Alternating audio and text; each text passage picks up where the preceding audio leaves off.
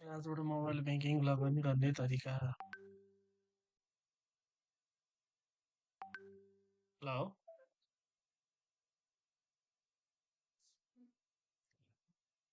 ल हो ब्रान्चको सिम छ होइन। अहिले यो लगइन गर्दा पनि ब्रान्चको सिम युज हुन्छ क्या।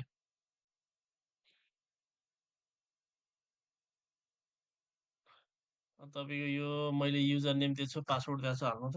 यो जहिले पनि माथिको चाहिँ सम्झिरहनु, माथिको चाहिँ पठाएको छैन मैले। कति कराएको, फोनमा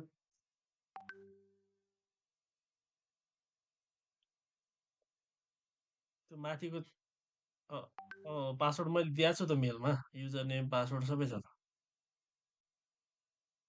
अहिले चाहिँ हाम्रो पैसा आउने जाने दुइटै गर्न मिल्छ है मोबाइल ब्याङ्किङबाट। मेम्बरको खातामै आउँछ है।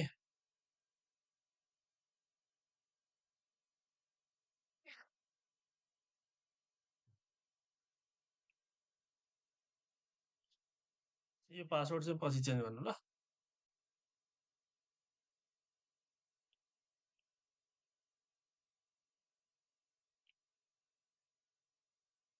अँ, त्यो मोबाइलमा ओटिपी आउँछ है तपाईँको ब्रान्चको।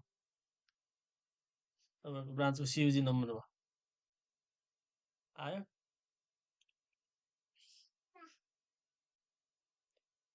मेम्बरले फर्म भर्नु भएको छ। ल, अलि सकेसम्म अलिक काउन्ट बढाउनु पर्यो है। काउन्ट बढाउनु पर्यो कि मेम्बरको काउन्ट रेसियो। केही फरक पर्दैन, पहिलोचोटि नै गर्ने हो सुरुवात भनेको। कति छ भन्नु त, मैले माउस चलाएको भए। कति? 147, 700,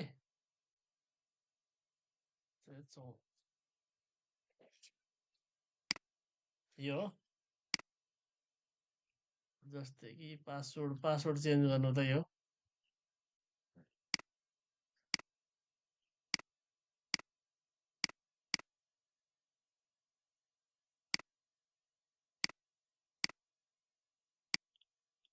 ल, यो माथिको चाहिँ मैले मेलमा पठाएको छैन, सम्झिनु पर्यो है।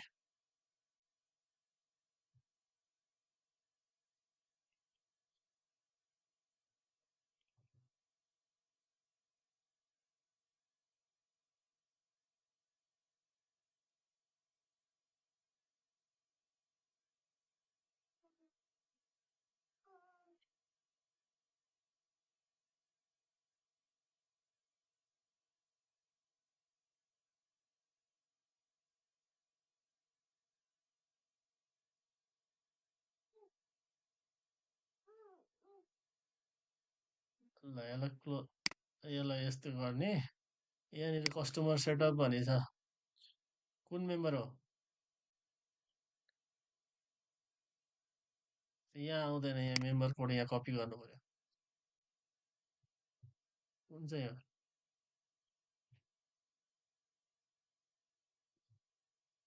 150 रुपियाँ काट्छ नि, थाहा छ नि।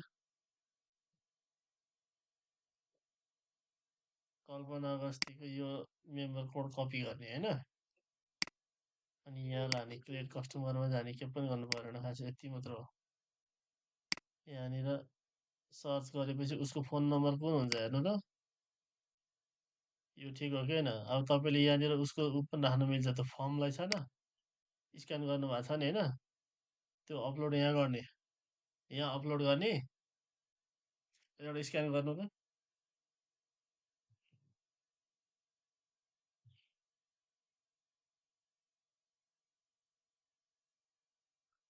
पिडिएफमै गर्नु न। के भनेको छ, पिडिएफै होला के भन्छ।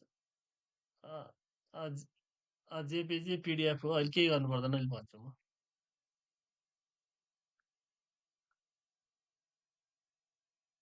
ल, यस्तो यहाँतिर राख्ने, यहाँ राखेपछि अपलोड गरिदिने, पिडिएफ जेपिजी जे भए पनि हुन्छ। अरू केही चलाउनु परेन, प्राइमेरी एकाउन्ट अप्सनल सेभिङ नै हुन्छ। यस अप्सनल सेभिङमा पैसा छ भने यो गरिदिने, होइन भने पनि यो गरिदिने, एउटा चाहिँ अफ गर्ने हुनुपर्छ क्या। पैसा कुनमा छ? अप्सनलमै चलाउनु पर्छ है सकेसम्म। बुझ्नुभयो?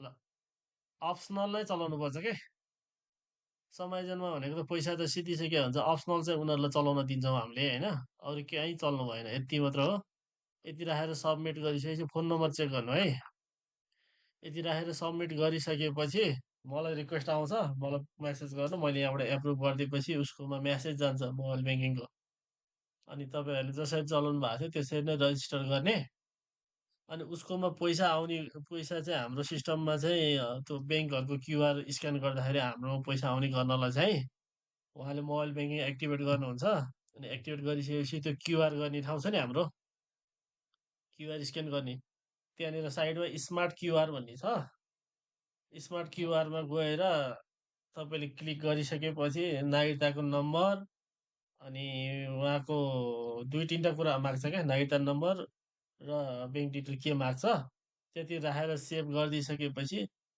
उसले चाहिँ बल्ल के गर्न मिल्छ त अरू यो कमर्सियल ब्याङ्कहरूको क्युआर स्क्यान गर्दाखेरि अनि हाम्रोमा पैसा आउँछ है एक्टिभेट भएपछि गरिदिनु पऱ्यो है ल तपाईँले केही गर्नु पर्दैन उहाँसँग चलाइसकेपछि एक्टिभेट गरिसकेपछि हेर्नु क्युआर भन्ने ठाउँमा जाने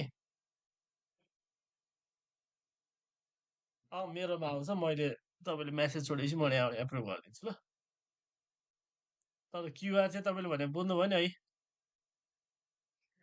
क्युआर गर्ने ठाउँमा स्मार्ट क्युआर भन्ने हुन्छ त्यहाँ उसको नागरिकता नम्बर र प्यान डिटेल माग्छ प्यान डिटेलमा नागरिकता नम्बर प्यान डिटेल र एनआइडी नम्बर तिनवटा मध्येमा एउटा नम्बर जुन राख्ने भयो त्यो राखेर सेभ गरिदिइसकेपछि उसको क्युआर चाहिँ एक्टिभेट हुन्छ है स्मार्ट क्युआर अरू ब्याङ्कको हामीले कमर्सियल ब्याङ्कको क्युआर स्क्यान गऱ्यो भने चाहिँ हाम्रोमा पैसा आउँछ है ल एउटा गरेर अरू पनि बढाउनु पऱ्यो है